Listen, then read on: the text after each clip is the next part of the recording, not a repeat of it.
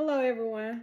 My name is Chevon, and I am so excited and thrilled to be a part of this 14-day chapter host experience for the book This Isn't What I Signed Up For by Chantea Greer.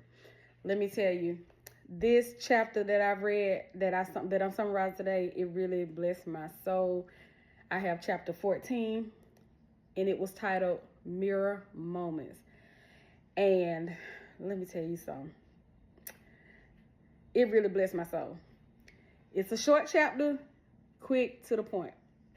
And I'm telling you, you ought to go get this book. It's going to bless your soul.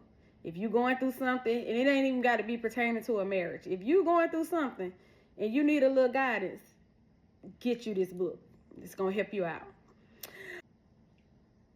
It was basically like a journaling type. She went into the chapter journaling her everyday life situations, conversations, just jotting down some things, stuff that she didn't like, trying to figure out, okay, how can I get over this next time?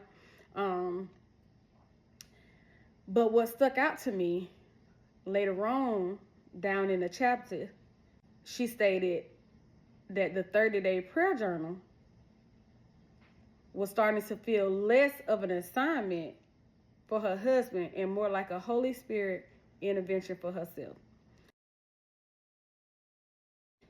That right there blessed me. Because let me tell you something. I done been through this. I've been married a long time, and sometimes you in a situation and you feel like, Lord, I want this, I want that. Let me do this so this can happen. And I done been there and done that. So sometimes you going through things and you be wanting to know, Lord, is somebody else going through what I'm going through? So many times or so often people they try to hide their situations, make it seem like marriage is perfect, and they don't go through things because they want to keep everything inside or to themselves, or what happens in this home stays in this home or whatever. So sometimes you don't know that people going through the same thing that you're going through. But I done been in that situation. I've been married for a long time, and I done been in a situation where I'm thinking like, Lord, I got to do something because I want my husband to be able to do this. I want my husband to go to church with me, or, just do the things that I want him to do. But it's not until you turn that thing over to God, that's when the changes started happening. That's when things start happening. Because you can't just go and say, hey, I'm going to pray for this situation. I'm going to pray for this. I'm going to pray for this man. I'm going to pray for this husband, this woman, whatever it is in your life. You can't just say, I'm going to pray for them. You got to figure out what's going on with you too. And, so that's what I like about it. That's what stuck out to me. Because in my situation, I wanted to point the finger at my husband all the time. Every time. Because I felt like I was so perfect. But this same thing that she's talking about now, God placed that in my heart. And that's what helped me get over my situation. I'm going to say it to you again. In the chapter, it says, the 30-day prayer journal started to feel less like an assignment for her husband and more like a Holy Spirit intervention for her. Because God started checking her too. So what I got out of the chapter is, you got to let go and let God. You can pray. It's okay to pray. It's okay to want things a certain type of way, but it's not until you turn that situation over to God. Let him fully handle it. Take control. That's when things going to start happening for you. That's when things going to start changing for you. Looking like you wanted to look. That man going to start acting like you need him to act.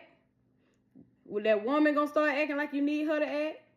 Whatever. I don't care if it's people on your job that's getting on your nerves. You can still get something out of this chapter.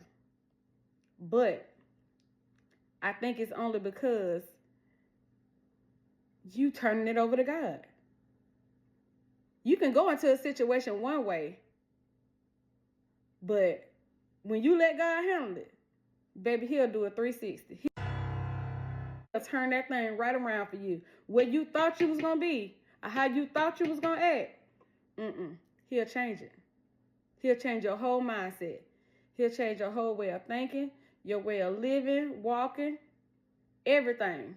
What used to make you mad might get on your nerves. God will give you another way of thinking about that situation.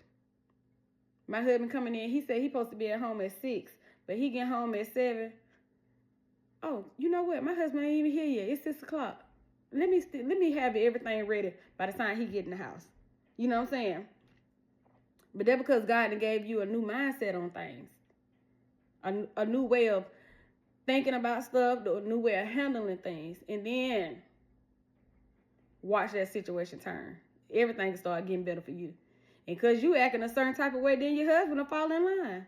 This chapter really blessed my soul.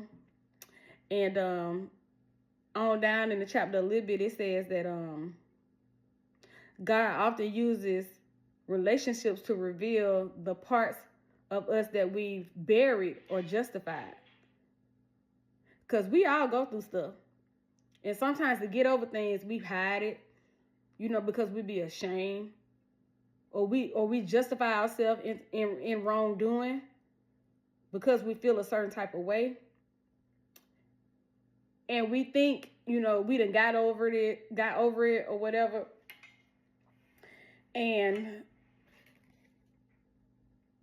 she went on down and she said, what irritates you in someone else is sometimes a mirror of what God is trying to heal in you.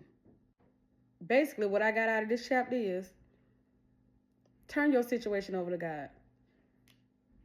Sweep around your own front door before you try to sweep around somebody else's. And I ain't talking about nobody else's household. It can be right in your household. You got to take care of yourself before you try to go pray for a man. You got to take care of yourself before you try to pray for some kids.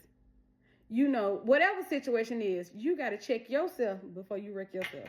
So Chantel, this blessed me. I see it all kind of ways. And but what I like about it, she had scriptures at the end of the chapter, so I kind of cross-referenced those. But the one I love, it was the first one at the end of chapter 14. It was Psalms 51:10. It says, create in me a clean heart and renew the right spirit in me. Before you go to God with anything, you got to ask God to create in me a clean heart. Lord, anything that's not like thee, take this stuff away from me. You can't try to fix no situation if you ain't got a clean, sincere heart going to God. And so you want to get yourself clean. You want to get yourself purified. Go to God sincerely. God, this is what I need. This is what I need you to do. And if by chance you go to God any kind of way, acting like I'm going to do this and I'm going to do this, this is what I want, God will check you. Like she said, she went into this praying for her husband. This is what I want my husband to do. This is what I need him to do. And then that thing switched back on her. It was a Holy Spirit intervention for her. Let me get you right. I believe that's what God was telling her. Let me get you right first. You the one came to me first. Let me get you right first. And then I'm going to work on the husband. So Shantae, I love this chapter. And I'm going to go on and read the rest, the rest of the book. But that was the chapter that was given to me to summarize, and it has blessed my soul. So I hope that it blesses someone else. I want you to go out and get the book. It doesn't matter. It doesn't have to be a marriage. Whatever you find yourself, difficult situation you find yourself in, this will still help you. So I want you to go out and get it. Love is the language, and you speak it fluently through your acts. Yeah. You draw me.